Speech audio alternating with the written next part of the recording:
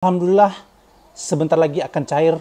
Berikut surat resmi seputar mulai diprosesnya pencairan bantuan PKH tahap 3. Guys, kalau video ini tembus 300 like dalam satu hari, akan ada hadiah buat teman-teman semua. Dan pastikan teman-teman semua sudah like dan subscribe channel ini. Dah, itu aja. Assalamualaikum warahmatullahi wabarakatuh. Kembali lagi di channel saya, Muhammad Rusidin. Apa kabar teman-teman semua? Semoga teman-teman semua selalu diberikan kesehatan. Amin, amin, ya robbal alamin. Saya ucapkan terima kasih buat teman-teman semua yang sudah setia mendukung channel ini, baik dengan cara like, komen, subscribe, dan juga share. Dan bagi teman-teman yang baru bergabung dan baru kenal dengan channel ini, mohon bantuannya untuk klik tombol subscribe di bawah video ini. Jangan lupa diaktifkan lonceng notifikasinya juga, supaya teman-teman semua mendapatkan notifikasi pemberitahuan terbaru dari channel ini. Dan pastikan teman-teman semua sudah klik tombol like, tembusin 300 like dalam satu hari. Dan silakan tuliskan di kolom komentar kalau teman-teman semua punya pertanyaan. Di video kali ini kita akan membahas seputar updating terbaru pencairan bantuan PKH tahap 3. Alhamdulillah, surat resmi terkait proses dimulainya proses pencairan bantuan PKH tahap 3 sudah terbit dari Kementerian Sosial. Kira-kira di tanggal berapa, dan ini sebentar lagi prosesnya akan dilakukan. Nah, jadi kira-kira teman-teman semua penasaran tanggal berapa bantuan tersebut mulai diproses pencairannya untuk tahap yang 3, kita akan bahas pada video ini. Namun sebelumnya seperti biasa kita akan coba jawab pertanyaan dari teman-teman semua yang sudah bertanya di video saya sebelumnya. Jadi kalau teman-teman semua punya pertanyaan, silahkan tuliskan di kolom komentar, dan pastikan sebelumnya sudah like dulu, tembusin 300 like dalam satu hari. Nah, kita akan coba jawab pertanyaan dari teman-teman yang sudah bertanya di video saya sebelumnya. Ya, ini dari Mikasa. Ya, KPM kantor pos dulu banyak yang sudah punya kartu KKS dan pernah dipakai sekali tapi malah tetap mengambil ke kantor pos. Nah, memang kebanyakan ya dari penerima bantuan PKH BPNT yang di kantor pos itu dulu pernah mendapatkan kartu KKS pada saat masa pandemi COVID-19, yaitu bantuan PPKM di tahun 2021. Tahun 2021 memang banyak yang sudah menerima kartu KKS merah putih, hanya saja pencairannya itu dilakukan saat PPKM saja untuk periode 6 bulan, dari bulan Juli sampai dengan bulan Desember 2021. Saat itu memang masa pandemi COVID-19, hanya di situ saja KPM ini menerima bantuannya. Kemudian setelah itu, setelah ditetapkan sebagai penerima manfaat bantuan PKH ataupun BPNT, cairnya melalui kantor pos. Nah, jadi tidak melalui kartu KKS, karena memang masih dalam proses sinkronisasi, yaitu saat itu tidak dilakukan sinkronisasi data dengan antara PT Pos dengan KKS Bank Himbara. Nah, untuk tahun ini memang sudah disinkronkan data tersebut. Nah, kemudian dan kebanyakan yang kemarin mengambil proses burekol itu KPM PKH BPNT yang di pos sebelumnya, tapi sudah punya kartu KKS saat pencairan bantuan PPKM saat itu.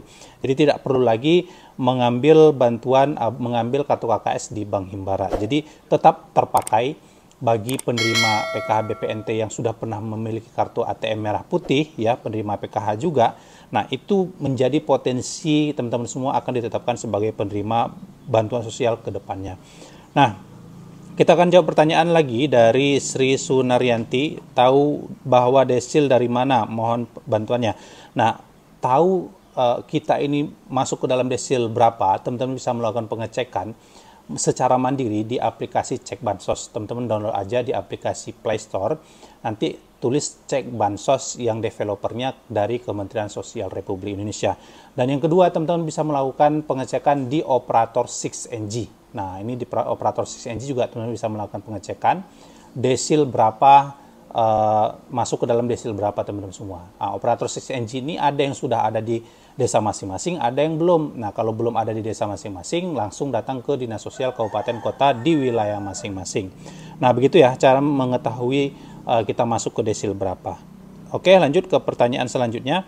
Ya, ini Assalamualaikum, saya udah hampir 4 tahun PKBPNT tidak cair karena gagal om-spam. Apakah bisa diperbaiki dan bisa dicairkan? Nah, teman-teman cek dulu datanya. Ya, kalau dulu pernah gagal om-spam, ini cek dulu datanya di Cek Bansos atau di Dinas Sosial. Apakah masuk ke dalam desil 1 sampai dengan 5? Kalau tidak masuk ke desil 1 sampai dengan 5, maka bisa dipastikan tidak akan menerima bantuannya. Nah, kalau sudah 4 tahun tidak menerima bantuan lagi, berarti kemungkinan ya teman-teman tidak lagi terdaftar sebagai penerima bantuan sosial baik PK atau BPNT. Cara perbaikannya bisa melalui 2 cara. Yang pertama, cara formal dari desa melakukan pengajuan perbaikan desil, dan yang kedua bisa melakukan perbaikan pengusulan desil melalui aplikasi cek bansos ya teman-teman. Nah itu. Kemudian yang selanjutnya pertanyaannya, apakah kartu KKS yang dulu pernah dibagikan sudah tidak terpakai lagi? Belum tentu ya. Kalau nanti teman-teman ditetapkan sebagai penerima bantuan sosial PKH BPNT untuk selanjutnya, maka bantuan itu akan masuk ke dalam KKS atau ATM merah putih yang sudah pernah dipakai, sudah pernah diberikan waktu BPNT PPKM tahun 2021. Jadi nggak usah dibuang, nggak usah tetap disimpan, nanti suatu saat kalau teman-teman jadi penerima PKH BPNT, bantuannya akan masuk ke rekening tersebut. Nah, kita akan masuk ke informasi utama, yaitu terkait pengumuman jadwal resmi mulainya di proses pencairan bantuan PKH tahap 3 ini kira-kira kapan?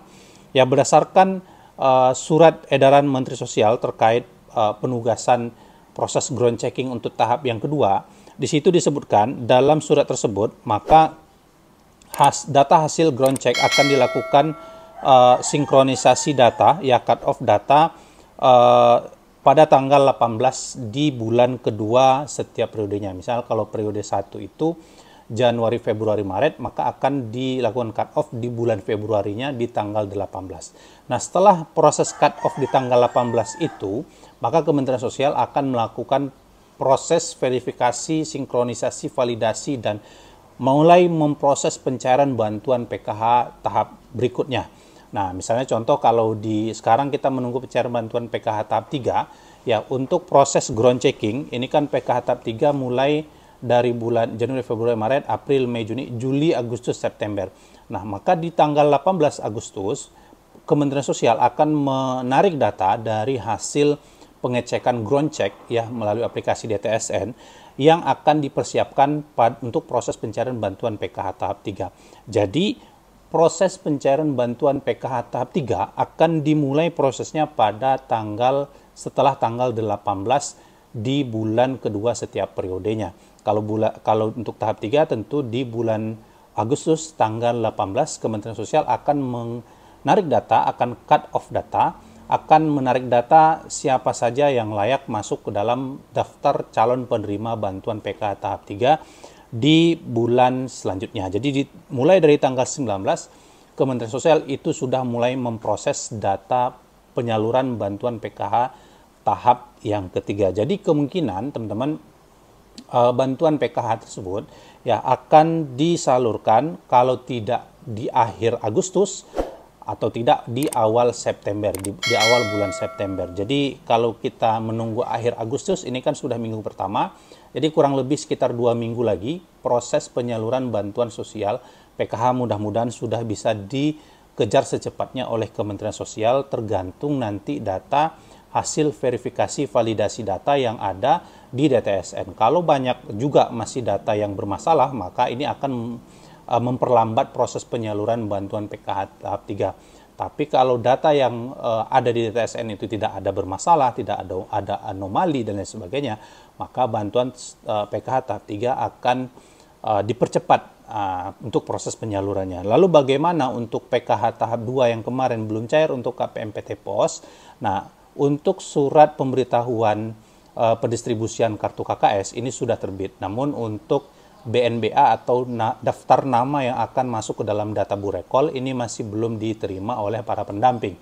Nah, ini masih menunggu daftar nama yang akan proses Burekol nantinya.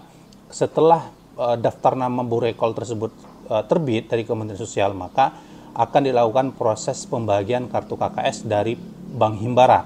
Setelah pembagian tersebut, maka bantuan PKH tahap 2-nya sudah bisa dicairkan, sudah bisa ditransfer ke rekening KPM masing-masing oleh Kementerian Sosial Republik Indonesia.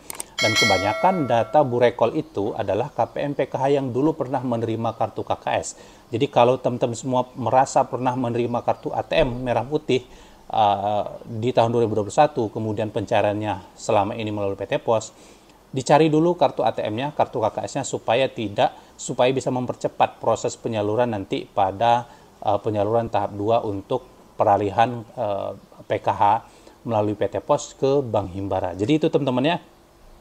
Nah, kemudian untuk pembaruan perilis di tanggal 18 setiap bulannya. Jadi di setiap bulan itu nanti akan ada pembaharuan prelis. Jadi untuk DTSN sekarang itu proses pembaruan datanya itu setiap bulan ya. Jadi misalnya bulan ini dia tidak dapat bantuan sosial ya. Kemudian setelah dilakukan pengecekan ternyata dia ini masuk desil 1 2 ya.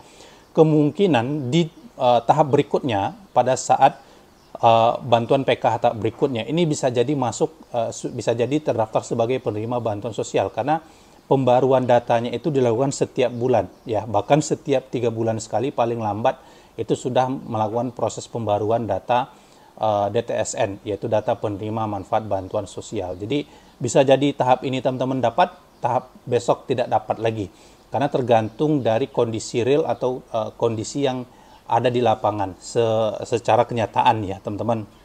Nah, bisa jadi tahun ini nggak dapat, di tahap 2 nggak dapat, di tahap 3 dapat, bisa jadi, karena tergantung proses pembaruan data yang ada di lapangan ya. Jadi teman-teman itu ya, mulai diprosesnya nanti tanggal 19 ke atas itu sudah mulai diproses penyaluran bantuan PK untuk tahap 3. Namun untuk kepastian kapan cairnya ini masih menunggu informasi lebih lanjut dari Kementerian Sosial Republik Indonesia. Mungkin itu saja teman-teman informasi kita pada hari ini. Semoga informasi ini bisa bermanfaat dan berguna bagi teman-teman semua. Jangan lupa like, comment, subscribe, dan juga share. Saya Muhammad Rosidin, saya ucapkan terima kasih yang sudah nonton video ini. Assalamualaikum warahmatullahi wabarakatuh.